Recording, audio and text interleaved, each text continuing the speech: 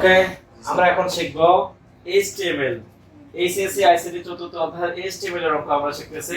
তো এখন সমাধান করব H2SO4 অর্থাৎ H2SO4 এটা সায়েন্সের সালফিউরিক অ্যাসিডের সংকেত। তো এই সংকেতটা যদি HTML এর ভাষায় HTML এর অঙ্কে যদি আসে পরীক্ষায় আমরা কিভাবে সমাধান করতে পারি।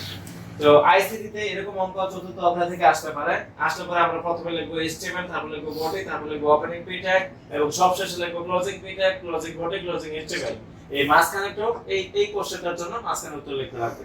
তো নিয়ম মতো আমরা এখানে লিখব, প্রথমে লিখব h, যেহেতু h এর নিচে আছে 2, আমরা জানি যে HTML এর অঙ্কে কোনো কিছু যদি নিচে থাকে তাকে সাব ট্যাগের মাঝখানে লিখতে হয়। তো sub সাব, যেহেতু 2 আছে তাহলে এখানে 2, এখানে আমরা লিখব ক্লোজ সাব। তো H2 এর কাজ কিন্তু কমপ্লিট হয়ে গেল।